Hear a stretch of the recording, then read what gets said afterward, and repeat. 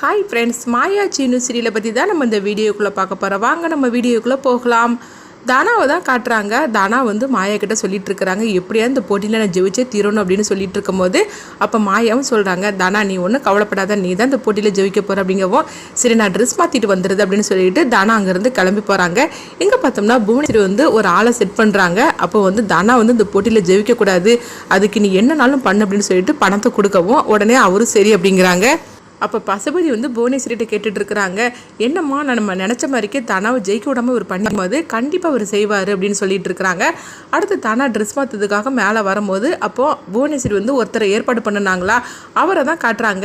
என்னம்மா என்னாச்சு அப்படிங்கும்போது, இல்லை ட்ரெஸ் மாற்றணும், அதான் எந்த ரூம்னு தெரியல அப்படின்னு சொல்லிட்டு இருக்கும்போது, அங்கே இருக்கு பாரு அந்த ரூமுக்குள்ளே போமா, அங்கே தான் எல்லாருமே ட்ரெஸ் மாற்றதுக்காக போனாங்க அப்படிங்கவும் உடனே தானாவும் சரின்னு சொல்லிட்டு அங்கே போகிறாங்க. அங்கே பார்த்தோம்னா அவங்க ரூமுக்குள்ளே போனதுமே அந்த ஆள் வந்து வெளியே வந்து கதவை அடைச்சிட்டு தாழ்பால் போட்டுட்டு வந்துருந்தாரு.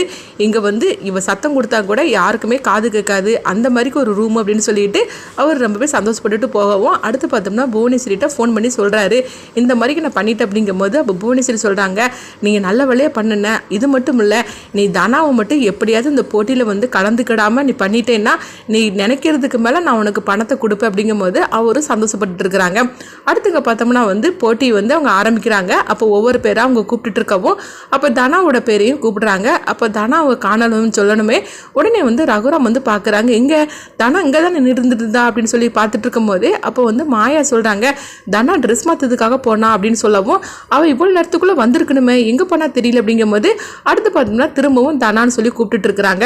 ஐயோ இப்போ அவள் எங்கே போனான்னு தெரியல அப்படின்னு சொல்லிட்டு கதிரும் மாயாவும் பார்த்தோம்னா தனாவை நம்ம எப்படியாவது அழைச்சிட்டு வந்துடலாம் அப்படின்னு சொல்லிட்டு அவங்க வந்து மேலே மாடிக்கு ஒவ்வொரு ரூமும் வந்து தேடிட்டு இருக்கிறாங்க.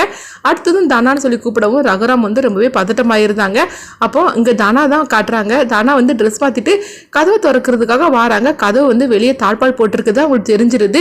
ஐயோ கதவு வந்து வெளியே யாரோ தாழ்பால் போட்டிருக்காங்க பொழுக்கு அப்படின்னு சொல்லிக்கிட்டு கதவை போட்டு தட்டிட்டு இருக்கிறாங்க. நான் உள்ளே இருக்கிறேன், என்னை யாராவது காப்பாத்துங்க அப்படின்னு தானா வந்து கதவை போட்டு தட்டிட்டு இருக்கவும் இங்கே பார்த்தோம்னா அவங்க பேரை தான் கூப்பிட்டுட்டு இருக்கிறாங்க. அது தானாவோட காதில் விழுது. ஐயோ என்ன பண்ணுறதுக்கு, என்னை வந்து கூப்பிட்டுட்டு இருக்கிறாங்க, நான் இங்கே மாட்டிக்கிட்டு இருக்கிறேன்னு, கையில் ஃபோன் வர இல்லையே, இப்போ என்ன பண்ணுறதுக்கே தெரியல அப்படின்னு தானா வந்து ரொம்பவே பதட்டமாகிருந்தாங்க. என்னை யாராவது காப்பாற்றுங்க அப்படின்னு சொல்லிக்கிட்டு அவங்க கத்திக்கிட்டே இருக்கிறாங்க. மாயா பார்த்தோம்னா கதிர்கிட்ட வந்து கேட்குறாங்க, என்ன கதிர் எல்லா பக்கம் தேடிட்டே அப்படிங்கும்போது, ஆமாம் ஐயா எல்லா பக்கமும் தேடிட்டேன், தானா எங்கே போனானே தெரியல அப்படிங்கவும் மாயா வந்து ரொம்பவே பதட்டமாகிருந்தாங்க. தானாவுக்கு என்ன நடந்துச்சுன்னு தெரியல, ட்ரெஸ் மாற்றதுக்காக தான் நான் வந்தேன், எங்கே போயிருக்கலாம் அப்படின்னு சொல்லிட்டு அவங்க கடைசியில் பார்த்தோம்னா தானா இருக்கிற ரூமு பக்கத்தில் வந்துருந்தாங்க. அப்போ தானா வந்து கதவை போட்டு தட்டிட்டு இருக்கவும் அந்த ரூமில் தான் ஏதோ சத்தம் கேட்குது பாரு அப்படின்னு சொல்லிட்டு மாயாவும் கதிரும் வந்து அங்கே வராங்க. வந்ததுமே வெளியே தாழ்பால் போட்டிருக்கதை பார்த்துட்டு அவங்க திறந்து விடும்போது தானா வந்து ரூமுக்குள்ளேருந்து வராங்க. வந்ததுமே தானா நீங்கள் இப்படி ட்ரெஸ் மாற்றதுக்காக தானே வந்து அப்படிங்கும்போது, ஆமாம் ஐயா ஒருத்தர் தான் இந்த ரூமுக்குள்ளே போக சொன்னார், அதுக்கப்புறம் நானும் ட்ரெஸ் மாற்றதுக்காக ரூமுக்குள்ளே வந்துட்டேன், யார் வெளியே தாழ்பால் போட்டாங்கன்னு தெரியல அப்படிங்கவும், சரி நம்ம அதெல்லாம் அப்புறம் பேசிக்கலாம், உன் பேரை வேற கூப்பிட்டுட்டு இருக்கிறாங்க வா போகலாம் அப்படின்னு சொல்லிக்கிட்டு தானாவை அவசரமாக அவங்க ரெண்டு பேரும் அழைச்சிட்டு வராங்க. இங்கே பார்த்தோம்னா ரகுராம் வந்து தானாவை காணன்னு சொல்லிட்டு ரொம்பவே பயத்தோடு இருக்கும்போது தானா வந்துருந்தாங்க. எங்கே தானா நீ போயிட்டு அப்படிங்கும்போது, அப்பா நான் வந்து ட்ரெஸ் மாற்றதுக்காக போனேன்பா, நான் உள்ள ரூமில் இருக்கிறது தெரியாம வெளியே யாரோ தாழ்பால் போட்டுட்டாங்கப்பா அப்படிங்கவும், என்னம்மா அப்படின்னு சொல்லிட்டு இருக்கும்போதே தானாவோட பேரை கூப்பிட்டுட்டு இருக்கவும் தானா வந்து கரெக்டாக அட்டன் பண்ணியிருந்தாங்க. உடனே பார்த்தோம்னா தானா வந்து அடுத்த போட்டியில் வந்து அங்கே விளையாடுறதுக்காக ஆரம்பிக்கவும் அப்போ கதிர் வந்து மாயா கிட்ட சொல்லிட்டு இருக்கிறாங்க, மாயா தானா மட்டும் கொஞ்ச நேரம் வரலன்னு வச்சுக்கோங்க, இவங்க வந்து போட்டியிலேருந்தே இவளை வந்து விலக சொல்லியிருப்பாங்க, நல்ல வழியாக கரெக்டான நேரத்தில் நம்ம வந்து அவளை அழைச்சிட்டு வந்துட்டோம் அப்படின்னு சொல்லவும் உடனே வந்து அங்கே மாயா வந்து சந்தேகப்படுறாங்க, இதை யாரோ வேணும்னு தான் பண்ணியிருப்பாங்க போலுக்கு அப்படின்னு சொல்லிக்கிட்டு அவங்க நினைக்கிறாங்க. இங்கே பார்த்தோம்னா தனா வந்ததை பார்த்துட்டு அந்த ஆள் வந்து அதிர்ச்சி அடைகிறாங்க, இவ இப்படி வெளியே வந்துட்டா, நம்ம வந்து உள்ள வச்சுதான் தாழ்பால் போட்டுட்டு வந்தோம், இவ இப்படி வந்துட்டான்னு சொல்லிட்டு அதிர்ச்சி அடையவும் புவனேஸ்வரி வந்து அந்த ஆளுக்கு ஃபோன் பண்ணுறாங்க, என்னாச்சு தனா போட்டியில் கலந்துக்கிட்டல அப்படிங்கும்போது, இல்லை மேடம் அந்த மாயா போய் அழைச்சிட்டு வந்துட்டா தனாவை அப்படிங்கிறாங்க.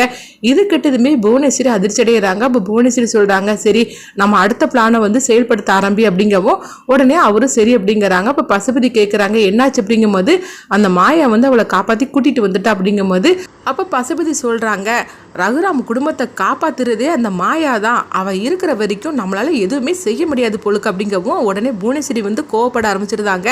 என்னென்ன நீ பேசிகிட்டு இருக்க, மாயான்னா என்னோட பெரிய மேலானவளா என்ன, அவள் கண் முன்னாடியே அந்த தனாவை வந்து போட்டியில் நான் தோக்கடிக்கிறேன்னா இல்லையான்னு பார் அப்படின்னு சொல்லிக்கிட்டு புவனேஸ்வரி வந்து ரொம்ப ரொம்பவே கோவத்தோடு அவங்க பேசிகிட்டு இருக்கிறாங்க.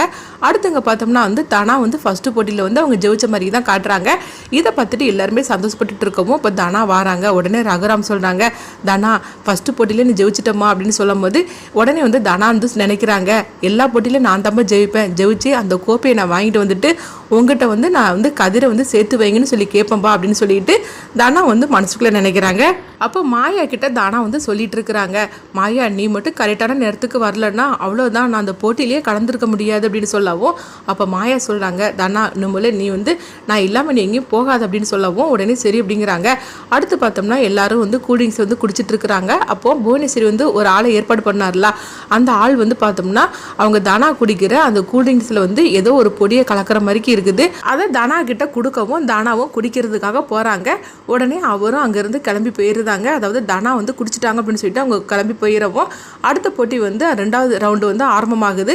உடனே வந்து தனா எப்படியும் இப்போ வந்து கீழே கொஞ்ச நேரத்தில் விழுந்துருவா அப்படின்னு சொல்லிட்டு அவர் எதிர்பார்த்துட்டு இருக்கும் போதே தனா வந்து நல்லபடியாக அவங்களோட 2வது போட்டி வருதாங்க.